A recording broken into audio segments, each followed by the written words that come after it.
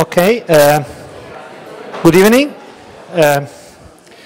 So I'm very happy to see a large audience to this, which is the fourth colloquio of the Classe di Scienze of the Scuola of 2018. Sorry, the introduction of the speaker and of the topic will be made by my colleague, Professor Cattaneo, in a second. So thanks for coming. And the next colloquium will be in a month from now, so around the 23rd of May. It will be a topic which is somehow connected by the word information, but disconnected by the other word quantum. So it should be on the 23rd of May, and now I'm happy to let Antonino introduce the speaker. So thanks for coming.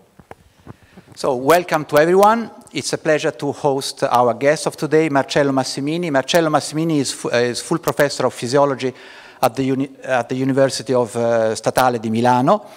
Marcello is a medical doctor. He graduated in 1996 in medicine at the University of Milano. He had his PhD in human physiology also at the University of Milano. And then he spent quite a few years abroad. First, he spent some time in Canada at the University of Quebec, and then he spent 3 or 4 years as a research associate at the University of Wisconsin, and Marcello working with Giulio Tononi. And Marcello was telling me earlier that he agreed to, and he went to work with Tononi when Tononi was at University of California, San Diego. And he was looking forward to going to San Diego, actually. So besides the excitement of working with Tononi on the problem of consciousness, he was also excited to go to California. And when he had to buy his ticket, Tononi rang him up and said, well, actually, you should go to Madison, Wisconsin, which was not most of his... Anyway, this was a very fruitful period for Marcello, and then he came back to Italy, and where he is now. So the theme of Marcello's research is consciousness, and as you can understand, understanding the neural basis of consciousness, or the basis of consciousness, if I may say, because you never know the right words to use in this theme, is a central theme in neurosciences today, not only neurosciences. And a philosophical theme a few years back, it has become, in the past 2 decades, a theme where some brave and courageous neuroscientists have started working on the neural basis of this phenomenon. And as you can understand, this is a crucial theme, and Marcello has made some fundamental contributions to this topic. As you can understand, this is not only of relevance for neurosciences and for understanding the brain, but the results that are coming from this research have also broader implications in terms of ethics, jurisdiction, and in the very nature of our inner self. So we thank Marcello for coming, and we look forward to your talk, and thank you very much again. Thank you, Antonino.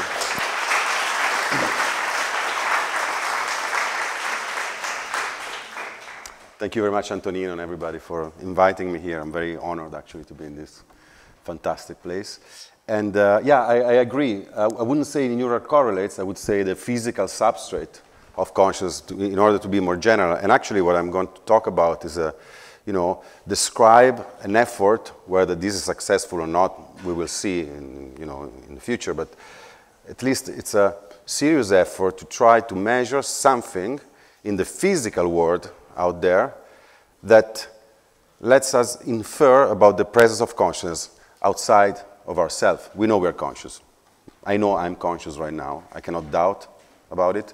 But when it comes to deciding whether another person, or maybe another being, or maybe a machine is conscious, then it becomes complicated. You need measures. And this is the kind of adventure we try to dive into.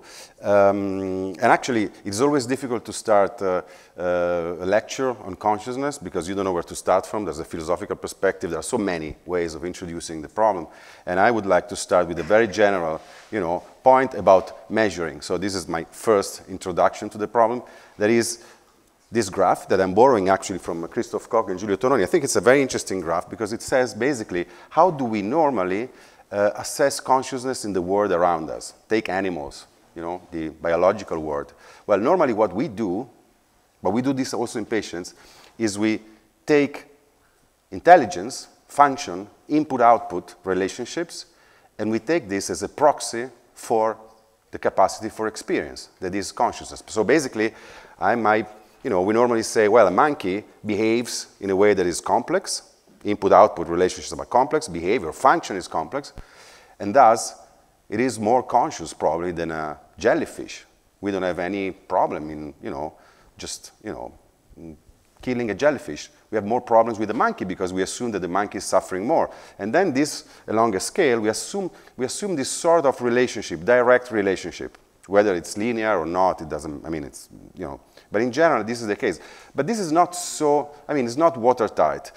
Think about octopi, think about parrots talking. When we go away from mammals, it becomes very complicated. But actually, the point I want to make, which is a little bit extreme, is that this is completely wrong. It can be completely wrong and very misleading. Yes?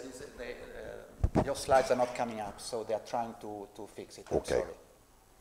Otherwise, you were talking on slides that people... Let me see. Maybe I can fix it from here.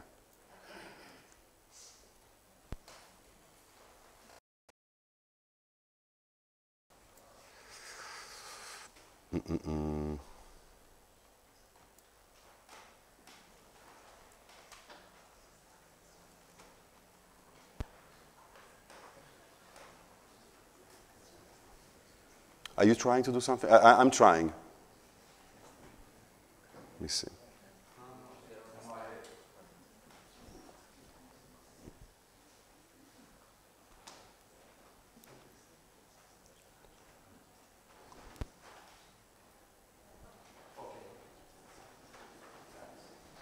So this is the graph I was talking about.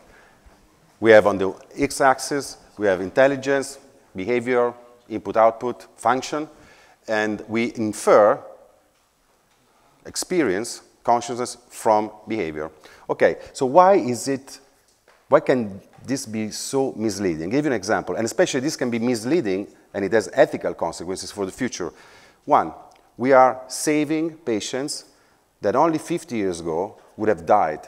Patients surviving from coma, I will talk about this later, and these are patients that sometimes are completely disconnected from the outside world. Brain islands, one hemisphere, half hemisphere, we don't know, the back of the brain.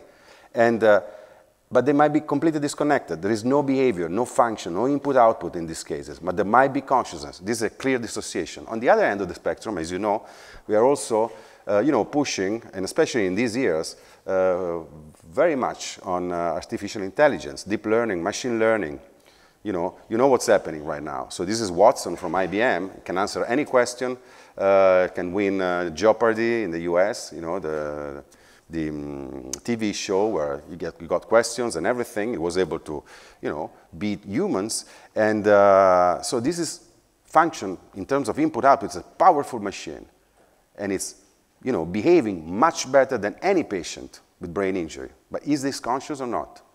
It might score very low on the consciousness axis, but if we judge from function, intelligent behavior, then we can be misled, especially in the future when this machine might be connected to anthropomorphic robots.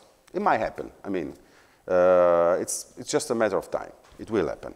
So if this passed the Turing test, then we don't know. We can really, have problems because we can deny consciousness to systems who are conscious and attribute consciousness to systems that are unconscious. So I think that this is the first point, and it's a key thing that says, well, we need to find alternative ways that are independent on function, intelligence, and behavior to measure consciousness directly into physical systems. Then there is another way to introduce the problem, and this was the way it was introduced to me personally, that is the existential sort of consciousness way, but it's the same thing. It boils down to the same problem. And the way is, my case, for instance, medical school, 4th year, I was attending my first autopsy. You get to, examine different organs, the liver, the spleen, then you get the heart. Interesting organs, very, and then it comes to the brain and you're holding this, tofu-like jelly matter with borders, with a weight, and then you stop for a moment and you think that a universe, just like yours, dreams, everything, colors, memories, emotions, sadness, joy, was in that thing. That's crazy.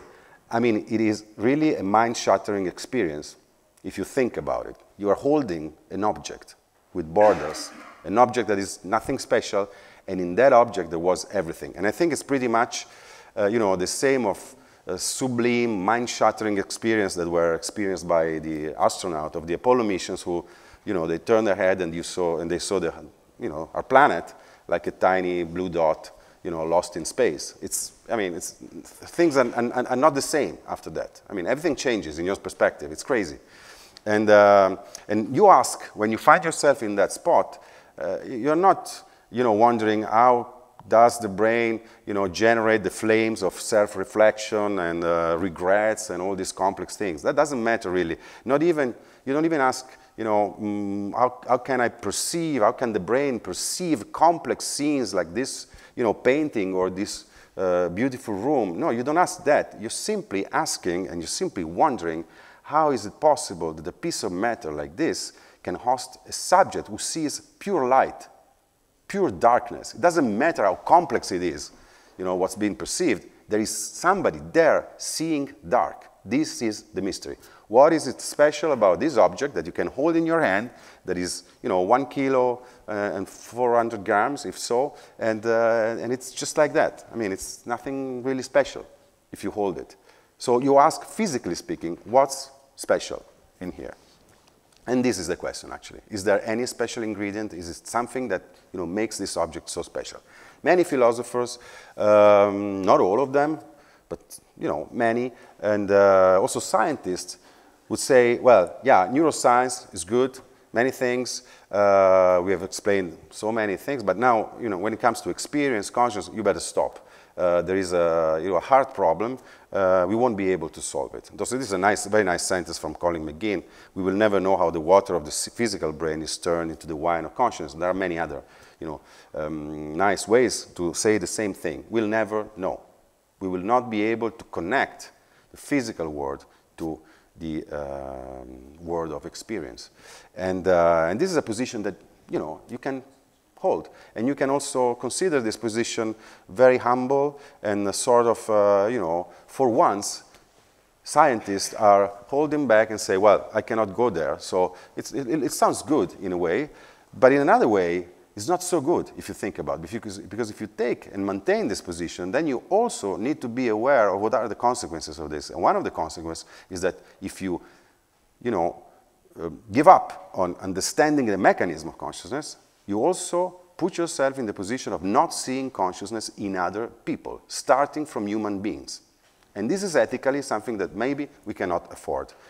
So now comes the clinical introduction to the problem. So there was the ethical measuring consciousness in the world, there is the existential question, and we all have, more or less, and then there is the clinical issue, and this is the most urgent issue.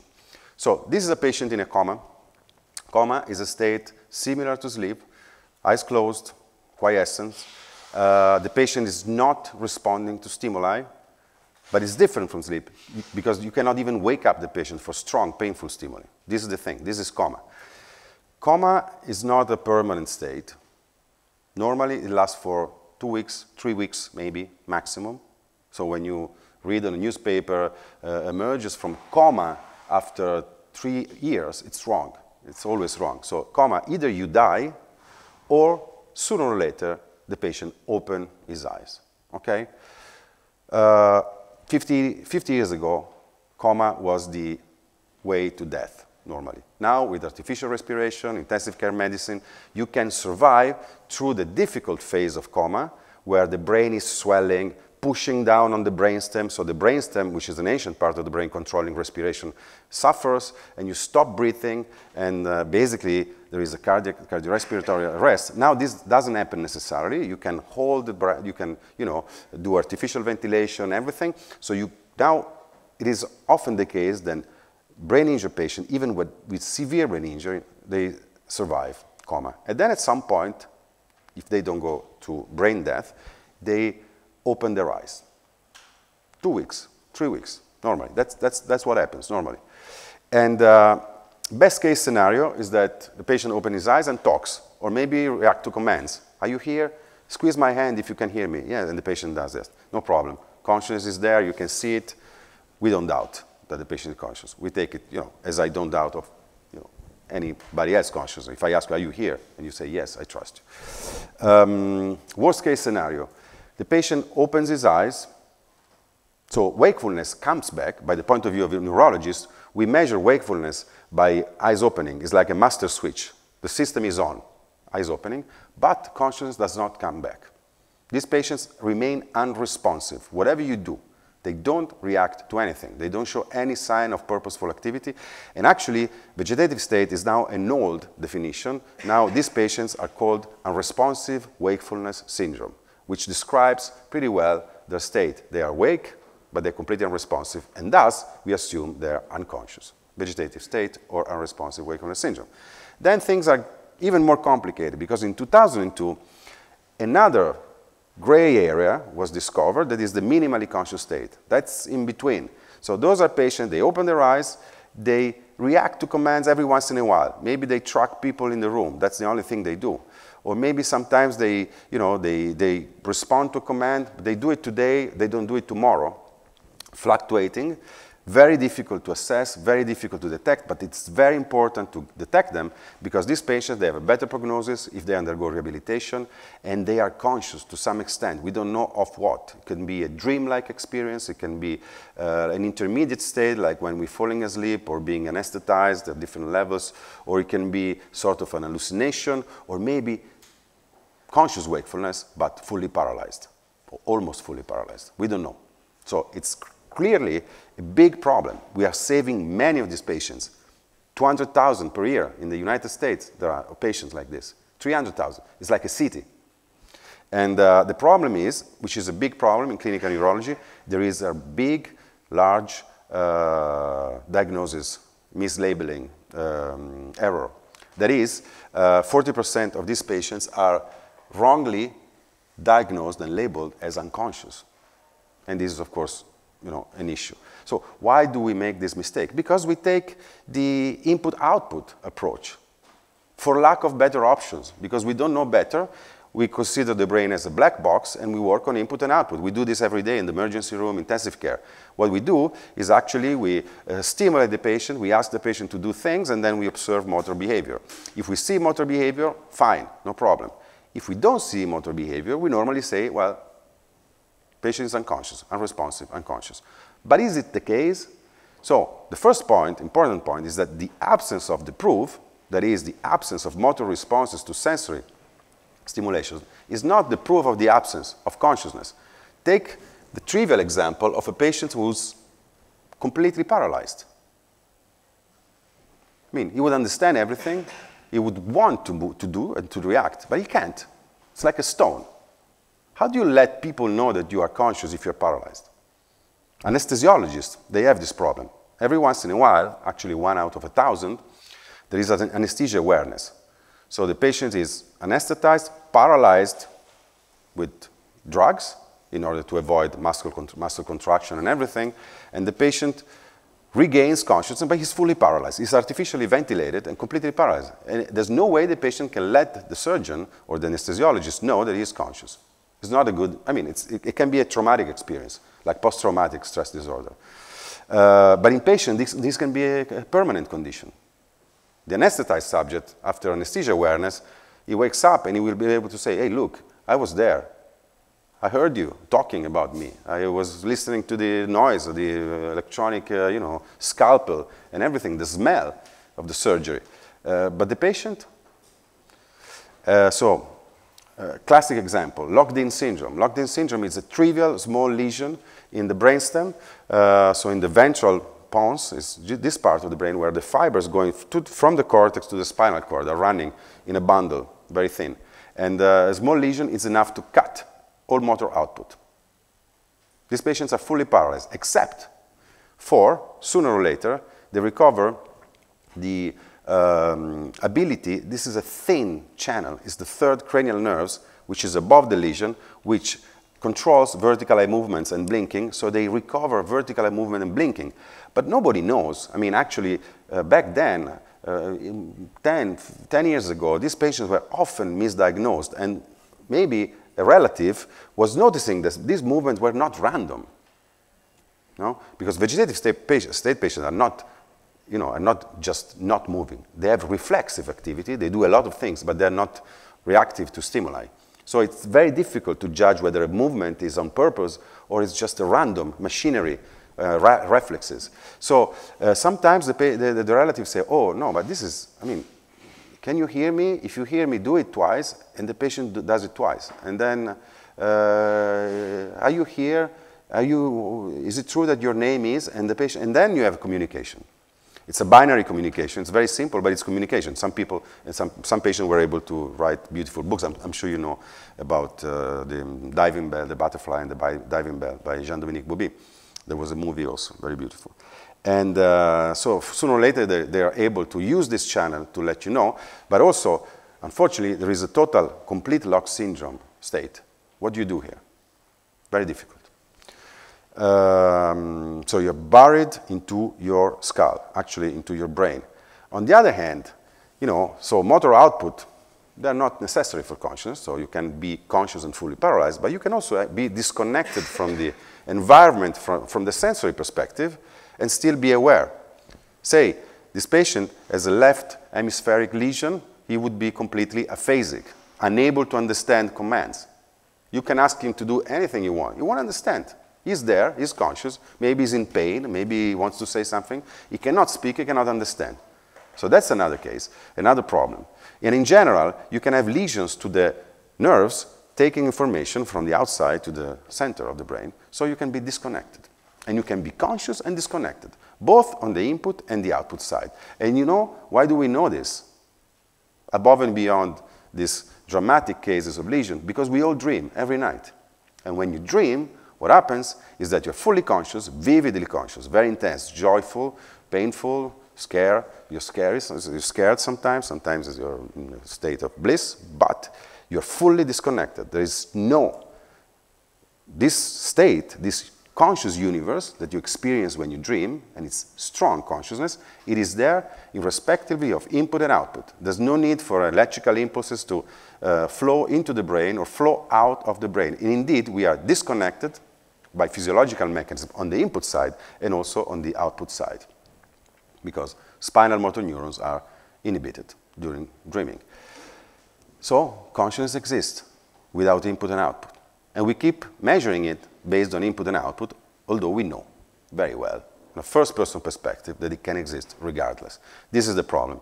And this is more serious now, because we have these brain islands who are possibly disconnected from the outside world. And we don't know what it feels like. So we are producing these brain islands, and then we don't have ways to assess them in terms of experience, the most precious thing that exists.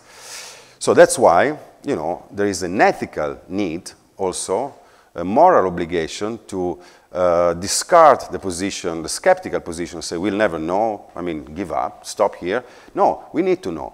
We need to find ways of measuring consciousness in the brain. Something, at least a capacity, a general capacity. When a physical system, when should I infer that the physical system is conscious and when not? We need to do better here. So this is the challenge. And that needs to be done independently of sensory input and motor outputs, of course. It's something, it's a measure of the brain, of a physical system, properties of a physical system. It is not easy. I'll give you an example. This is it's almost a joke, but the first person who tried to measure consciousness is this person. He was a doctor from Massachusetts, Duncan MacDougall, and he, this is a New York Times 1907 article. He also had a scientific article, and he wanted to measure what happens upon dying, when you die, assuming that in that very crucial moment something changes, and that's the weight of the soul. So what he did, he put people, terminal illness, people, tuberculosis, on a scale, on a very sensitive scale for the time, when they were about to die, and they died on the scale. And what he observed was that at that very moment, 21 grams were lost. You know the story. I mean, at least you know the number. And that was the weight of consciousness, the soul flying away at that very moment. So that was the first measure of something like the soul or consciousness. Well, of course, this was all wrong. I mean, methodologically flawed, completely wrong. Also, he had a control experiment where dogs were put on a scale, were dying, and the dogs were not losing weight. And actually, since dogs were assumed to have no soul, that was the proof that that was the weight of the soul. But dogs just don't sweat. So they don't lose, you know, they don't have this final sweating and loss of, you know, water upon dying, as a later physiologist demonstrated afterwards. So this is an extreme, you know, brutal example. Is of course just more like a rhetorical point to say it is difficult anyways. Today we have incredible machines. We can measure anything, you know, in the brain, but still it is easy to blunder and to make mistakes. Matter of fact, we still don't have a good measure. Take, you know, here I could go on for 40 minutes saying, you know, what we can measure and why it doesn't really work. Only two examples here instead. So this is a brain, and it's a brain scan. So when you see red, activity is increasing. When you see blue, activity is decreasing. At time 0, you have a seizure with loss of consciousness. Brain activity explodes. Now you recover consciousness. The patient recovers consciousness, and activity goes down. So normally, you would say, well, maybe consciousness depends on neuronal activity. Makes sense. And maybe the more neuronal activity I have in the brain, the more conscious I am. So a silent brain is unconscious. A brain that is very active is very conscious. A brain that is active so-and-so here and there, it's conscious, you know, it's conscious in the middle, like this. But actually, it makes sense. I mean, in a way, you know, conscious might depend on neuronal activity, but it's not straightforward. So on average, there is a correlation between level of neuronal activity and consciousness, even because, you know, when neurons are dead, they don't fire and they are not active. Fine. But if you look at cases like, many cases like seizure, for instance, you see that there's exactly the opposite pattern. So it's not a general way of measuring consciousness. You will never be able to build a consciousness meter based on brain activity alone, whether you measure it with fMRI, PET, you name it. Another example is, well, anesthesiologist.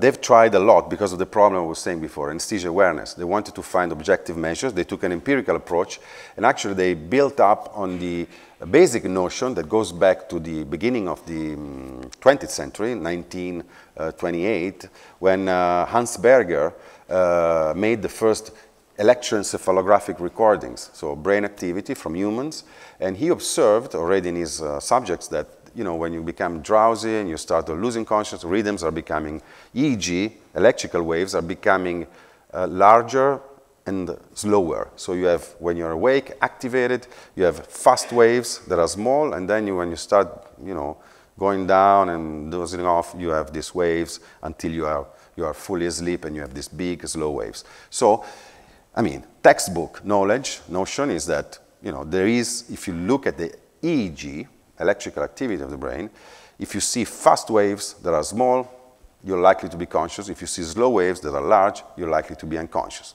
We all agree on this. I mean, in general, textbook, medical school, anywhere.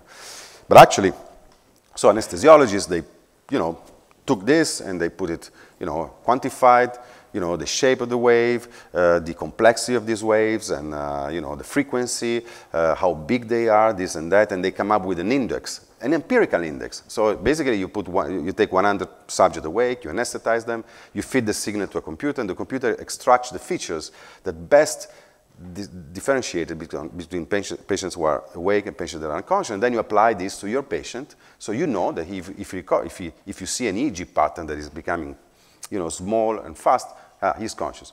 But actually, this index called bispectral index, it's a little machine, just to give you an example, doesn't work.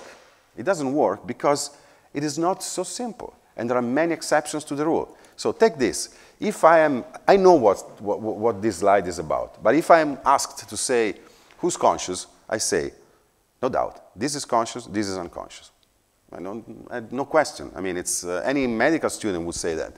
But actually, this is alpha coma. So this is a patient that after post-anoxic injury as this kind of trace, and this is a status epilepticus in a boy, 9 years old, who's fully conscious, but the waves are doing like this. Maybe just one part of the brain is doing like this, but what you see at the scalp when you record, it's big, slow waves. So there's no way you can tell based on these simple metrics. Again, they work on average, they work in general, but they don't work across different conditions at single subject level. You cannot trust them. They have no high accuracy, not enough. And this is, in a way, surprising, because despite all this effort, we still lack a reliable index. In the face of the technology we have today, we can almost read minds. You read papers and newspapers, sometimes, you know, you read, you know, the brain area or the pattern of brain activity that distinguishes whether you're truly in love or you're faking being in love, or whether you are, you know, lying or being truthful, or you prefer, you know, the Democrats or the Republicans. But actually then, how come we can do all this subtle psychological distinction that we cannot, you know, say whether somebody is in there, whether there is a subject, which is probably the greatest ontological difference, that you know, the biggest change, psychological change.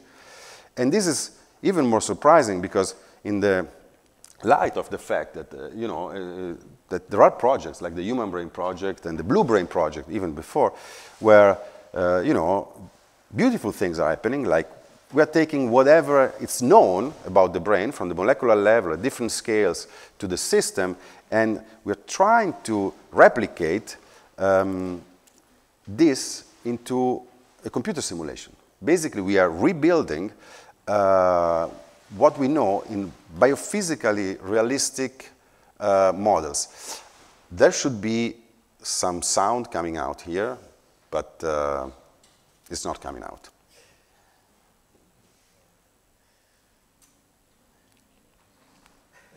It was working before.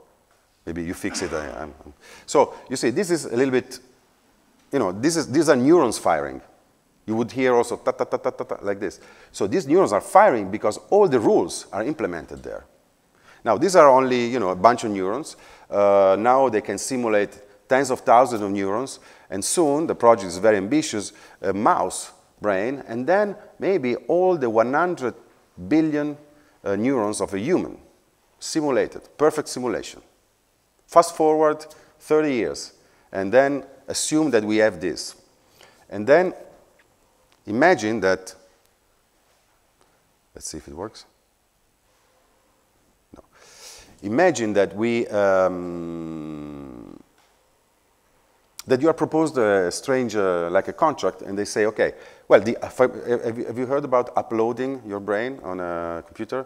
So it's becoming pretty, you know, famous as a notion that, you know, they propose you, okay, now just before you die, you know, you have a bad diagnosis, you'll be anesthetized, they slice your brain, take pictures, everything, whatever, and then reconstruct and replicate your brain on a computer simulation. You will live forever. Actually, your neuronal activity will live forever and be simulated forever. Would you trust that? Would you give up 1 week of of biological life for this digital immortality? It's an open question. We could do a survey. But the point is, I, for instance, would say no right now. I wouldn't accept that, not because of moral, ethical. I mean, we can discuss about this. I mean, but actually, I wouldn't trust it anyways, because copying is one thing. Understanding is another thing. And if I'm not sure that things have been understood with a law, with a general mechanism, I cannot trust it. Who tells me that they are actually copying the neurons that are relevant the right way, or that consciousness is not in some, you know, biological wet secret that it cannot be simulated, or that it's a scale that cannot be taken into account in a digital simulation? I mean, I wouldn't trust them, simply because, and I give you 2 examples why I don't trust them. Because of 2 things. In spite of all the things we know about the brain, we cannot answer 2 questions that are key. So, brain activity. Yes, you can simulate my brain activity, all the spikes of my brain, billions of spikes per hour or whatever that is. But you have to explain first why, when you fall asleep into deep non-REM sleep, consciousness fades completely, you cease to exist, you don't exist anymore, and neurons are still active. Look here, this is firing of cortical neurons during sleep. The brain does not shut down. It's actually pretty active, sometimes more active than wakefulness. Why is that? I don't trust you. You can replicate my brain activity, but if you don't explain that, I won't trust you. Second, which is even more, I think, extreme, is take what's in our head and divide it in the thalamocortical system, which is the cortex, and the thalamus, which is a deep structure, pretty much around here, and then take the cerebellum. You'd be surprised, unless you know that the cerebellum, which is smaller in volume, has many more neurons than the cerebral cortex. It's very big in numbers. Actually, 80%, maybe 67% of the neurons in the skull are in the cerebellum. So most of your neurons are in the cerebellum. It's just packed. It's a very elegant, compact structure.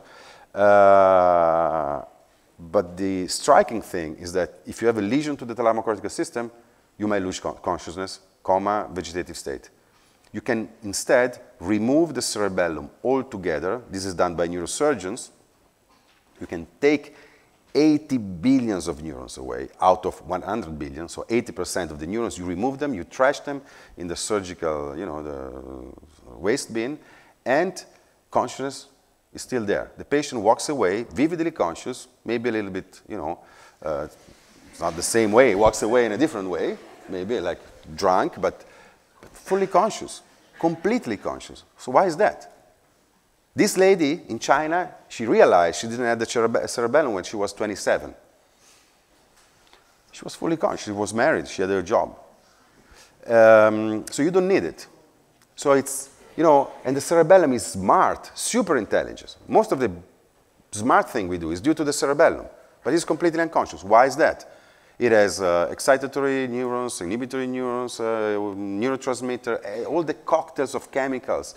It's a very nice, sophisticated, complicated structure. Why is it not contributing to consciousness? And what if the scientists are copying the cerebellum instead of the cerebral cortex? Or something, they don't get the difference between the two, and the ingredients that is specific for the cortex is not there in the simulation. I don't trust them. And actually, these are the questions that you need to answer first. I mean, before getting into philosophical issues or before going to measure things at the bedside of the patient, we should solve these issues, and we should have a hint of an explanation to these basic facts. These are the homework that we need to do first. So, this might justify skepticism. On the other hand, so one could say, no, well, we should give up. Actually, we are not able to solve the problem. Or one could take a different perspective. This is Francis Crick, and his idea actually was, well, maybe it is not a new experiment that we need, new measurements, new data. It's just a law, a general law, some sort of theoretical principle. Like before, Darwin theories, we had a lot of data. Breeding animals, everything, as if everything was known already, but there was a law missing, there was some general principle missing. Maybe we should find a general principle also with respect to consciousness. Put everything together and then, draw, devise measures and make new predictions. We are lacking a law, not another experiment. So, and this is the kind of approach that I want to describe from now on. And actually, yes, it's a theory. And it's this theory that is called information integration theory of consciousness. It's one of the theories, not the only theory. Maybe it's not the right one, it might be wrong, but it's the one we've been testing and trying to falsify. It's called IITC, and it's actually, yes, it's been developed and actually put forward by Giulio Tononi, who was not raised and born, but actually who studied here in Pisa. I think it's a beautiful theory. And I'll try to give a gist of the theory and the implication for measuring, the practical implication, and some of the, other more, general implication. So the main, postulate of the theory is that the physical system is conscious to the extent that it integrates information, which sounds cryptical. It sounds really, I mean, like the usual sentence about things about consciousness. Well, okay, it's been interesting so far. Now it gets crazy as usual, and we will get lost soon. Actually, I don't think so, and this is the challenge I want to take It's a theory that starts from a very basic thing. It's from the only thing we know about consciousness. This theory starts from experience itself, from phenomenology. Nothing weird. It's just what are the basic properties of experience. How experience? The only thing we know, cogito ergo sum. We can doubt about everything. Everything can be a postulate. The world might not exist. What I know for certain is I'm here, and that my being here has a certain structure, as I know it, as I can explore it right now. And the basic properties of this structure of experience are two, according to the theory. I'm simplifying a little bit. Highly informative, highly integrated. And they are so, bound to our experience that we don't even notice them, because it's the day-to-day, second-by-second flow of experience. It's like this, so we don't pay attention. So two little experiments in order to explain what is information and what is integration in our consciousness and for the theory. First experiment, we are sitting in a room like this, actually just, you're alone with a photodiode on your side, like a simple resistance that is sensitive to light. Photodiode is able to signal the presence of light and darkness. You can do the same. So they tell you, okay, from now on, we will turn off and on the light in the room, and you'll say whether there is light and dark. A very simple task. And experiment starts. It's light, dark, and it goes on for 20 minutes, 40 minutes, until you're completely fed up. And at the end of the experiment, the performance is going to be good for you and the photodiode. Actually, a little bit better for the photodiode because you missed a couple of things, you were distracted, bored, and so on. So, no difference. An alien, external observer, comes in, knows nothing about biology, about the world. You can say, okay, same behavior, same input-output function. They're both quite intelligent. They can distinguish light and dark. For me, they're sort of equivalent. Now the room becomes red, all of a sudden. You say, oh, what's wrong? Red. Then half red, half blue. Then something familiar to me, maybe less to you, then something else, then animals that I know, animals that I've never seen actually, but they exist in the depth of the sea, and then some animals that don't even exist, and you can have all possible combination of animals in all possible positions, in all possible environments. And now all the people of the world, the ones that lived in the past, the ones who will live in the future, dressed in different ways, billions of people, faces, speaking different languages, saying different things. And then all the paintings, and then all the frames of the movies that have been produced, and including Bollywood. Billions of frames. I could go on forever, for 10,000 lives. And for each of these, you would enter a different state, right? And your brain would enter a different state. Every fraction of a second I show something. You enter a different state. Now, what about the photodiode? This is a key difference, but you don't know if you're an alien and look at the light-dark experiment. When the photodiode is ruling out light and saying dark, when he says dark, he only ruled out light. One thing, one other alternative state. When you say dark, that fraction of a second, even if dark is the simplest thing, we tend to associate dark to no information. There is nothing there. Actually, dark rules out countless alternative possibilities. And this is pure information. Information is the logarithm of the alternative possibility. The more possibility, the alternative possibility, the higher the information. When you toss a coin, it's 1 bit. When you throw dice, it's 2.6, more or less. And what about the brain? The brain is not a coin, it's not a dice, it's diamond. It's a diamond with billions of faces. So there must be a richness of internal mechanisms so that the brain, in a fraction of a second, 200 milliseconds, can enter one specific state, very different from any other countless state, very specific, out of billions of other states. And this is information, which means physical differentiations in the system, much more than a photodiode. Okay, this is information. Now, the experiment becomes a little bit complicated. Instead of the photodiode, you have a camera, the sensor of a camera, which is 1 million photodiode, an array.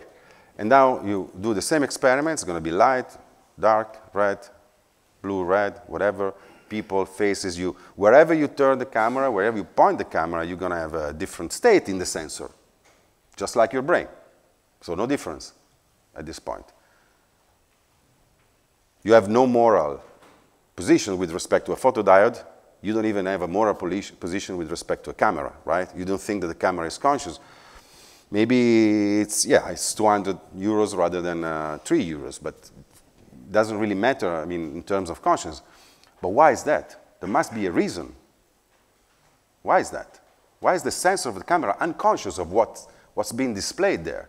Why are we conscious? After all, the visual cortex, it looks like a sensor of a camera. It's made of little neurons, which are becoming active or non-active. What's the difference? Why is that? There must be an explanation for this. Now, the explanation is crucial, and it's a little revolution, although it's very simple. We consider the camera one object, right? It's one thing. It has a price, it has a name, we can hold it in our hand. Now, take a thin blade and split the sensor in two. Does the function of the camera change? Is it changing? Imagine that we're not moving them apart. We're just cutting the sensor. No, nothing changes because it was never one. Informationally speaking, causally speaking, there's no relation between there are parallel channels that designed not to be one. And if you split it in 4, and if you split in 32, 64, and you go on until you split all the single photodiode, nothing changes. Actually, the camera was never one, the camera sensor. It was made of many elements of one bit, not one system with thousands of billions of bits. Many little elements of one bit each, so there is no integrated information. This is an ontological error. It's an error of perspective that we do often. So you will correct me if I'm wrong, but there is no good measure of unity, of when one thing is one entity, rather than an aggregate of entities. And this is crucial for conscious and for integrated information. But it's crucial in general, I think, because otherwise we are keen to attributing unity in a very generous and unrealistic way. A galaxy is a unity. A camera is a unity. A mountain is a unity. We give unity because things are near, because things are synchronous, because things are, I don't know, they stick together because they have a name. But that's not ontologically correct. It doesn't exist. The camera does not exist. If you take Occam's razor, you don't need a camera. All you need is the single photodiode. This is a key thing. What about the brain? What if you split the brain in two parts? You know what happens? Split brain, very famous experiment. And it's not an experiment, it's a clinical, it's a treatment to prevent epilepsy from going to one hemisphere to the other. What happens is that you have two consciousness from that moment on. Two people in the same brain. So the left of the brain does not know what the subject in the right of the brain is doing. They're completely separated. So one patient becomes two patients. He has a decent life. They have a decent life because they go along very well together, like super twins. They don't disagree. You normally talk with the guy in the left of the brain, but the one in the right of the brain is able to do other things like drawing, recognizing objects, and so on and so forth. But it's two people. And what if you divide the brain in 4, 64, 100 pieces? Well, we know what happens, unfortunately, because this is diffuse axonal injury. When you have like a car accident and you have a deceleration from 100 kilometers per second, per hour to 0, in a fraction of a second, you have this acceleration, and the brain has different densities between the gray matter and the white matter, and they move, and you cut all the connections. What happens? Consciousness is lost. So if you split the brain in two, it's two consciousness. Maybe if you split it in 4, it's 4, but then there is a critical point where you split it and consciousness is completely lost. So it makes a difference. Because the brain is one. It's really one. Actually, the thalamocortical system is one. And when it enters one of the trillions of states, it does so as one single piece. How do we know that? We know it from phenomenology. You will not ever be able to see consciously at the same time the vase and the two profiles, for instance. When the brain enters one state, it enters one state as a whole. It cannot have two states because it's one machine in that very moment. You cannot unless you split the brain. You divide it in two. So this is the thing. This is phenomenology. The postulate is that you need to measure this very unlikely, improbable, difficult balance between unity and diversity, between integration and information in a physical system. We call it, henceforth, complexity. It's very difficult. It's very difficult at a political level between, anarchy and, dictatorship, in a social domain between globalization and ghettos. And it's also even more so difficult in physical systems. Very difficult to build physical systems that hold together, but they're not homogeneous. The more you connect the elements, the more they do the same, the more homogeneous they become, the less information you have. The more you make them independent, the more differentiated they are, but then they split. They don't interact anymore, and they're not one, ontologically speaking. So it's very difficult. It's a difficult balance. Also, when you use a simple system, it's difficult to build them with a computer. And, but it's useful as a concept. Take the cerebellum. Now we have a clue. What do we do? Well, first of all, we say, is the cerebellum like the camera, maybe? And you compare it to the cortex. You open wide the hemispheres, and you see that there is a connection, of course, between the two hemispheres, 200 million fibers. It's called the callosum. Then you open the cerebellum in two, and you have a surprise. Oh, there's no connection. The two hemispheres are completely independent. We don't think about it. It's not even written on the book, clearly. When you textbook of neurophysiology, it's not even an information. It's not even relevant, but it's actually key. They're not connected.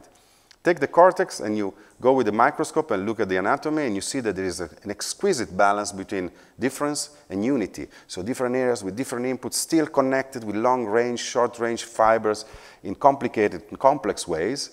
So diversity is preserved, but also unity is there. You take the cerebellum, it's a bunch of small circuits. It's a bunch of minimal processors. And they are actually independent. They receive an input, they spit out an output, and that's it. So the cerebellum, again, it's another illusion. It's an error of perspective. There is a chapter on the book about the cerebellum. You can hold it in your hand. It has a name, but it's not one. I'm sorry, it doesn't exist. It doesn't exist. It's not a system with 100 billion neurons. It's not one. You don't need it. So this, again, it's an ontological mistake. It just doesn't exist. There's no integration of information. There's just tiny circuits with a little small bit. Thus, you can remove it, and that's why consciousness disappears. This is very interesting, by the way, because, maybe I'll come back on this later if I have time, deep learning networks are feed-forward networks, just like the cerebellum. Input, divergence, and output. It's very similar, with a lot of plasticity. Cerebellum does a lot of things. It lets you drive your car from here to Rome, but it's a zombie. It's not conscious, because it doesn't exist. It doesn't integrate information. Now, let's go back to this, and the challenge is actually to find measures to apply to patients, right? Above and beyond anatomy, we need to look at brain activity and infer on this kind of complexity based on, some kind of measure. So what do we measure? So we are good at measuring integration in neurophysiology. How do we measure it? Temporal correlation, synchrony. If neurons are active together, we assume they are one. They are part of the same system. Okay. Side effect is that if they go together, they do the same thing, there is no information. And actually, these measures of synchrony are good for synchrony, integration, but they're not sensitive to information. You measure one, you're missing the other part. Measures of differentiation is like entropy, for instance. Entropy is a measure of information, how different, unpredictable a pattern is. Yes, that's good, but it doesn't tell you whether this variability, unpredictability, is generated by one system or by a collection of many. If you take the spontaneous electrical activity from the brain, as anesthesiologists do, and you compute the entropy of the signal, you might see a large entropy. But who tells you that this large entropy is produced by one system or just many independent random elements? Actually, entropy would be maximal for independent random element. So we have measures for synchrony, integration, we have measures for entropy, differentiation, but when you try to capture one, you miss the other one. When you try to capture entropy, you miss the unity. So it's not easy. It's not easy to build this kind of complexity. It's not easy to measure. Now, with this in mind, we took a different approach, and we said, okay, it's not enough to observe the physical system. You need to perturb it. And the reason is that the approach would be to perturb the system and measure the response of the system. And the rationale is quite simple, because if you do see so in a system that is causally independent, take the camera or the cerebellum, you would have a local response, because there's no global interaction. It's not one. And you know it by a causal perspective, not correlational.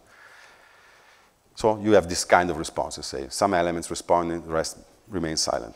If you do this in a system that is on the other end of the spectrum, that is fully integrated but homogeneous, you will have a large, big response, but very simple, stereotypical, all or none, this kind of thing. Only if the system strikes a balance between unity and diversity, then you're going to have something that is global, but difficult to describe, complicated. Because different elements are reacting with different properties at different times, and they all interact. And this is all by a causal perspective. And actually, our effort was to perform this kind of measure of complexity, of this balance between unity and diversity, by a causal perspective, independently of input and output, directly in the brain. So that's what we needed to do. This is very difficult from the other correlates of consciousness that have been devised so far. It's more like, actually, it's directly inspired to the theory, by the theory. It's the amount of information generated through causal interactions within one system that is integrated. Now, in practice, so we try to measure this kind of complexities, like measuring, the music of an orchestra. You start an instrument, if they play together with different, lines and different, sort of partitions, then you have this complex music. We try to do the same in the brain, metaphorically speaking. How do we do this? In a very coarse manner for the moment. That is, by perturbing directly the cortex, which is relevant for consciousness, so we bypass sensory input, motor output that are not necessary, with transcranial magnetic stimulation, and then we measure the music, the echo produced by the system to this perturbation with electroencephalography. So this is the kind of system we decided to use to approximate this theoretical measure of complexity. Now I'm asking Tonino a question. I think I'm running a little bit late, but not too much. Not so. Do I have room to go for? Kept us waiting. Are you okay if I go on like another 15 minutes? Say we started later than. Anyways, so this is the machine. So the machine is basically stimulating the brain, recording from the brain, and you're knocking on the brain directly, on the thalamocortical system directly, and you get the overall electrical response of the system. It's pretty close to what we were, looking for in those simplified models. What happens in wakefulness? Wakefulness. You expect to have unity and diversity. What you see when you perturb locally the cortex is that actually you have unity because you have a local perturbation, but many areas are reacting. You see many traces, electrical traces produced by different areas of the brain. And also, each area is reacting in a specific differentiated way. It has its own signature. So, intuitively, there's this balance between integration and information or differentiation. And if you look at the, spatiotemporal dynamics, you hit the brain, and then you have milliseconds there running, and you see that there is this complex pattern of causal interaction that is global, unity, but also diverse, difficult to describe information. And it lasts for about 300 milliseconds. It's a long time for the brain. Okay, so this is what we see in conscious wakefulness. Now the subject goes to sleep. Same brain, same everything. We're stimulating exactly the same spot. What you see is quite surprising. So the brain reacts, is active and reactive, actually. We knew that, but in a different ways. It's this positive, negative big, explosion. And if you look at how it propagates, it's a strong local activation, as if unity is lost, integration is lost. So it stays there. Center of mass of activity is localized there. This is already very interesting in theoretical terms, because it's not activity, it's not synchrony, it's not number of neurons, it's the unity, the integration by a causal perspective. You perturb it and you don't have causal interaction. So it looks pretty much like this. If you try to stimulate, so this kind of situation, theoretically speaking, if you try to overcome, and maybe you say, well, maybe neurons are lazy when you sleep, you try to hit really hard the brain with a strong magnetic impulse, and you crank up the stimulator, the best result you get is this. It's a huge positive negative wave, which is still very simple. It propagates like this, like an oil spot. It goes just like tossing a stone in the water. It's a very simple, uniform pattern of activity, which speaks for a loss of differentiation. Yes, you force the system to act as one, but then you lose the complexity of the spread. So there is no way in between when consciousness is lost, which is, was good in theoretical terms. Say, okay, let's go move forward. Let's see dreaming when you're disconnected from the external world. You're awake, you're here, you tell me, I trust you. Actually, I do the experiment myself first, and I see complexity. Then I fall asleep, I wake up, I say, look, I wasn't there. As far as I know, I didn't exist in that moment. This is the kind of response you have.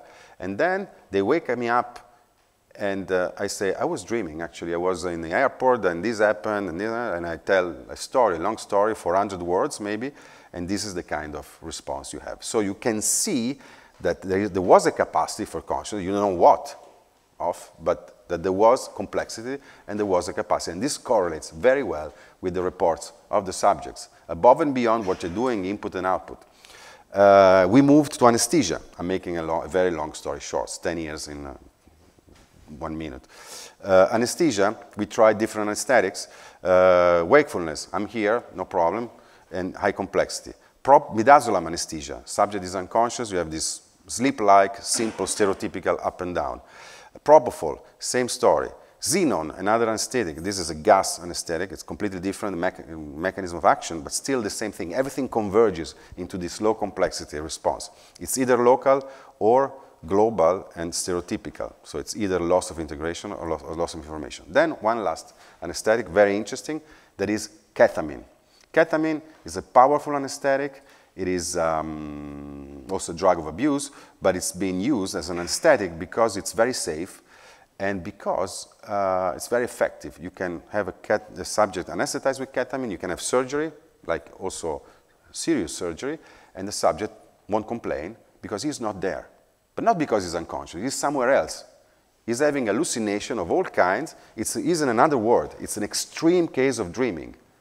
And the stories, told by ketamine anesthetized subjects are really crazy. Sometimes are good, sometimes are bad trips. So that's why ketamine is not used a lot. So ketamine is an extreme case of disconnected consciousness. And the patient is eyes open, just like the vegetative state. He looks awake. Well, vegetative state with consciousness, though. So he looks awake. He's fully unresponsive to the point that he can have surgery without complaining, but he's conscious. And he tells you a story afterwards. The difference is that patient, they cannot tell the story. And this is the kind of complexity we measure. So it's, as you see, it's a complex response. Although the EEG, spontaneous EEG is mixed, although the subject is completely unresponsive. Thus, by knocking on the brain and measuring complexity, we can have a reliable index that is sensitive even to the extreme case of disconnected consciousness. So this was good. So we took this to we did many experiments, rejection of papers, the story, very difficult. Finally, we came up with a measure that we were sort of ready to apply to patient. And the measure captures what we saw and what we said so far in one number. It's a theory-driven measure. The idea is that if you have a system that is integrated and differentiated, you have this kind of response. We've seen them. How do you quantify that? You just zip. You try to compress. So you have an activation of the brain. You binarize the activation. 1 is active, 0 is non-active. You have this matrix. So if you have a system that is not integrated, it's local, it's easy to compress. It's like an image, a picture. It's very easy to compress. If you have a system that is integrated but homogeneous, it lacks differentiation, you have a huge response, but it's redundant because they're all doing the same thing. Easy to zip, low complexity, that is high compressibility. This is algorithmic complexity. Only if the system is one but differentiated, you will have a big matrix, causal matrix of interaction, that is diverse. So it's difficult to compress. This is one number. It's a scalar. You can put it on one axis, and you can measure it in brains, and you can calibrate it. Actually, the first thing we did is we calibrated the measure, we called it perturbational complexity, on a benchmark of subjects who were telling us, I'm here, I'm awake, I was here, I was dreaming, in ketamine, in sleep, and then subjects saying, I wasn't there, I didn't exist as far as I could tell. So it's a calibration based on the ground truth. You need that because you don't know where patients are. So first you need the calibration, you need the scalar, you need the calibration, then you come up with a cutoff, and then you slice through the patients. You don't know where they are. You take unresponsive patients, and you see, for instance, that there are two ways of being in an unresponsive wakefulness syndrome.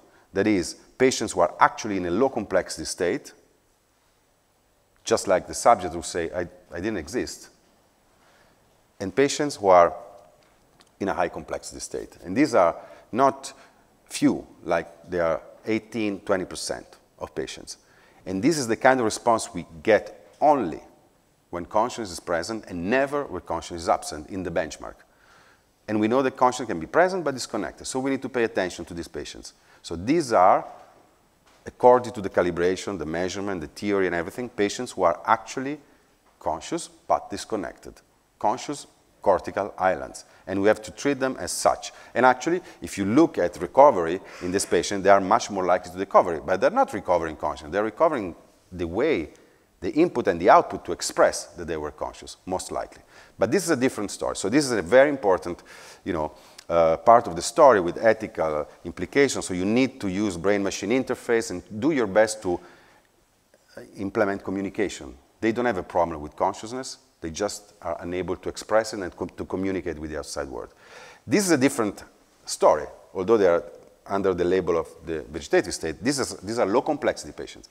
And this is, again, very interesting. This would be another talk, why some patients are stuck in a low complexity state, even though their brain is sort of structurally there in large part. So I would just want to say one word about this. This is a patient in a vegetative state. You see cortical island, metabolically active, local response, low complexity, and then for some reason, after a few weeks, he recovers. Structure being equal. There must be something by which complexity recovers. The way neurons are working is not the structure, it's the function, the way neurons, there are many nonlinear features in neurons, and maybe you go above threshold and complexity, which is a matter of criticality, comes back. We need to understand what happens here. This is a complicated story. We are addressing, obviously, the mechanism of loss and recovery of complexity. And I tell you, it's very interesting. We are using intracranial, extracranial recordings in patients, just to give you the flavor of it, complexity can collapse and recover because of details of how neurons are functioning. Too much inhibition, critical level of opening of potassium channels, stupid things, and complexity collapses. And actually, when we fall asleep, complexity collapses. The thing is that it recovers, when we wake up. We give it for granted, but, it's a fact that it's a matter of threshold. So this is one part of the story. Implication number one, very practical. Detecting patients who are completely locked in. This is the safety coffin of the Victorian age, where people were afraid to be buried in, and so they were renting these complicated coffins with signaling, bells, whistles, and things. And they woke up actually in one of these devices, as far as I know, but they were sort of, they were rented at the time. Now the risk is true because you can be a cortical island, a thalamocortical island, big thalamocortical island in your brain, and you need to find ways to let them know that they exist. And then the implication number two. You know the story. I'm almost done. AlphaGo. this deep mind, super deep learning algorithm that was able to beat people, champions, not at chess, that is easy, but at Go. The 1,000-year-old Chinese board game, very complex. Actually, they are almost, you know, considered as, you know, super smart and inspired people, the champions. Well, they were beaten a couple of years ago, actually 1.5 years ago, at Go. And that changes history in a way. This is the smartest, most difficult, creative board game, and the computer is beating a human. It's been a revolution. It's been on newspapers, and it matters, obviously. These are networks, feed-forward, deep learning networks with many layers. They can also learn from their own mistakes. They can learn playing within the network, one network against the other, and they improve and they beat people. And, you know, so this is not general artificial intelligence, but it's very intelligent artificial intelligence. And sooner or later, these algorithms are becoming more and more powerful. I was at a meeting in Toronto recently. Things are changing fast, very fast. It's crazy what's happening. So the question is that, you know, sooner or later, we'll have the patients on one side, and which are conscious but paralyzed, and the robotic, super-performing being, machine on the other side. And already I have troubles explaining my kids that Siri, iPhone Siri, who actually answers their questions, is not smarter or, say, more conscious than the little cousin who's 5 months old and does nothing except for. So they interact much more with Siri, with the AI, and I explain them because I think it's important for the future to have the sensitivity for consciousness, for experience. It's very precious, it's very rare, and we need to value that. In spite of intelligence, we don't have to mix up intelligence and consciousness, function and experience. I think that's going to be a problem. And again, I'm borrowing a slide from Tononi and Koch. And, you know, in principle, you know, you could have brains and machines that are functionally equivalent. They do the same things. Actually, a machine could be better than us at some point. But that doesn't matter. You have to look at how things are done, because you can do the same input-output, and this is demonstrable, with a given structure that is integrated. It's difficult, but it's an integrated structure, and you can replicate the same input-output, the same behavior, by unwrapping the structure into a huge number of elements in a feed-forward system. Difference is, this is integrated, this is not. This exists intrinsically as one thing. This does not exist as one thing. It's a feed-forward thing with no internal interaction, no integration. Everything is determined by the output, and the next layer, and the next layer, and so on. So it's completely different. It's ontologically different. Theoretically speaking, if the theory is right, this is conscious, this is unconscious, but they behave the same, and it's going to be crucial for the future. And consciousness exists, and it exists even without interaction, function, and you know, anything. I swear, 2 slides, beautiful ones, I promise. You won't regret. So, number 3 is the existential thing. So, what's special about this object? So, we don't know yet, actually. Theory might be right or wrong, but I think that this thing of unity is crucial. Think about it. Consider the cerebellum. The cerebellum doesn't exist. Consider a camera. The camera doesn't exist. The camera is very small. The brain is huge. Breaks down in small pieces. Consider von Neumann computers. They break down in small mechanisms. Consider the internet. Also, it breaks down. Cerebellum, the brain is still there. Everything crumbles. And look at this. Now, you know, now it's almost blasphemy to show this here, but I'm taking a risk. So you look at the grandest, most giant things that exist, galaxies and, you know, stars and nebulae and so on. So for the theory, if you look to them through the lenses of integration information, they break apart. They're not one. It's dust, okay? The grandest things.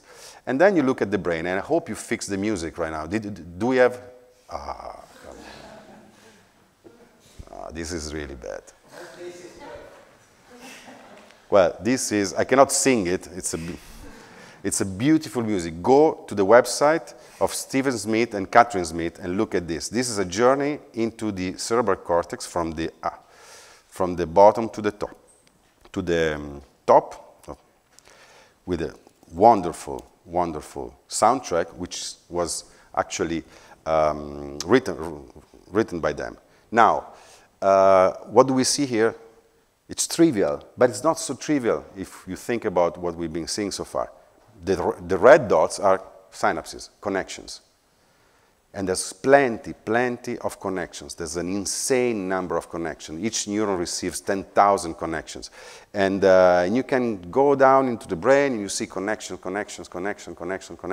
And then you see, neurons here and there. Of course, there are neurons. If you go here, you see neurons. But there are a lot of connections. It's a completely different object. What is the difference of this object I'm holding in your brain, in my hand? It's one object. Do you have a question? No. I'm in a hurry right now, so may I ask one question? Sure. Right now? Yes.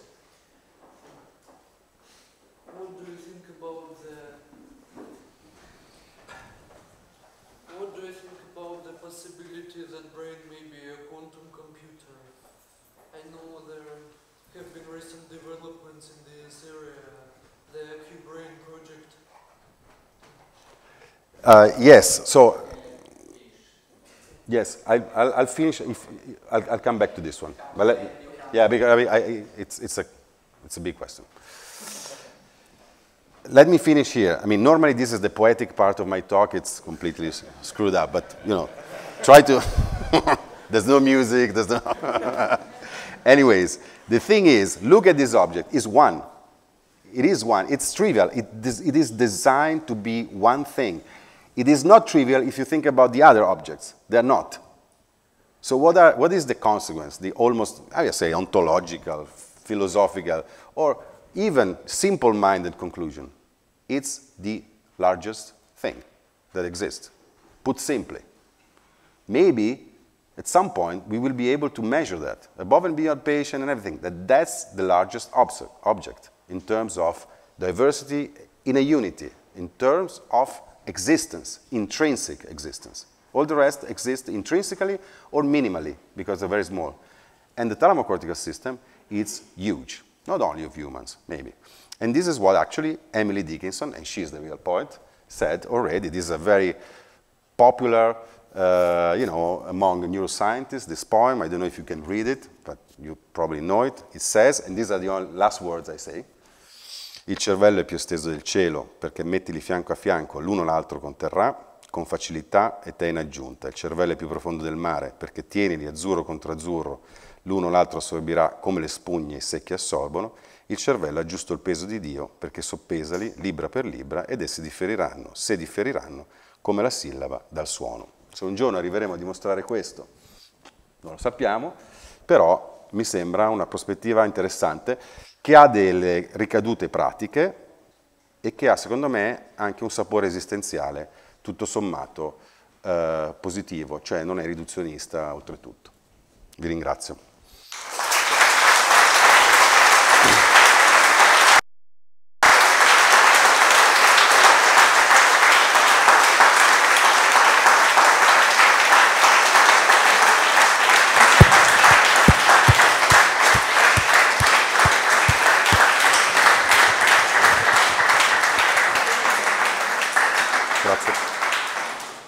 So thank you very much. It has been really a pity we would have stayed on and listening to you, but for the sake of getting questions, I had to stand up and be the naughty guy. So I'm sure there are lots of questions. Chi comincia? You're right. That's the one I already asked about the possibility of brain being a quantum computer. So could this complexity be due to entanglement, for instance? It's of course a very interesting question. You know, what people say, but this is just a joke, they say, okay, there's quantum physics, there's consciousness, and then you put them together, you have a minimization of mysteries. That's what they say. But actually, it's a serious question, and I think that, you know, it all boils down to what is the spatio-temporal grain where information integration is maximal. Because we didn't get, you know, I didn't go, of course, into the theory. I did it only, you know, very simple and simplified way. But so it is maxima of integrated information that counts, and it is actually then maxima of specific cause-effect interactions in the system. So what is the temporal and spatial scale where this is maximized? I give an example that is a little bit peripheral to quantum physics, but if you take microtubules, which have been implicated in quantum physics conscience by Stuart Hameroff, for instance, he says that they are important because there is some quantum properties of this neuronal structure, but do they actually have a reliable causal role at the whole brain level, or are their effect and their cause-effect power limited and local? So that is a question. It's still an open question, and the measure and the theory is very open to any. I mean, it's a theory that is more of physics than neuroscience, and it actually first attempts, ideally, to measure where is the scale where you have maximum cause-effect power. If that is the scale of you know, quantum entanglement or that domain, then it's fine. It's totally fine. In the brain, trivially speaking, I mean, is it the scale of microseconds or the scale of minutes or the scale of hundreds of milliseconds? Well, I would say it is not the scale of milliseconds, because in a millisecond, there's no time for causal interactions. I would say that it's not the time of seconds, because by 3 seconds, what the neuron has been doing on another neuron is already sort of lost in the sea of stochastic spontaneous activity. It's more likely the time of hundreds of milliseconds that, according to synaptic delays and conduction times, is the time where you can actually have strong, stable, reliable interactions on the scale of the brain. And actually, maybe it's by chance, but the time scale of consciousness is a few hundred milliseconds. So phenomenology, you know, matches the maximization, temporal maximization of information integration. On the spatial scale, I don't know, but it's something that would need to be evaluated, of course. The theory should develop measures and apply measures at different spatio-temporal scales. So, thank you. Given the time that if there is no burning question now, we have a small refreshment now, and Marcello will be. So everybody is welcome to approach the speaker and directly ask the question. So I thank again very, very much for your talk, and thank you the audience for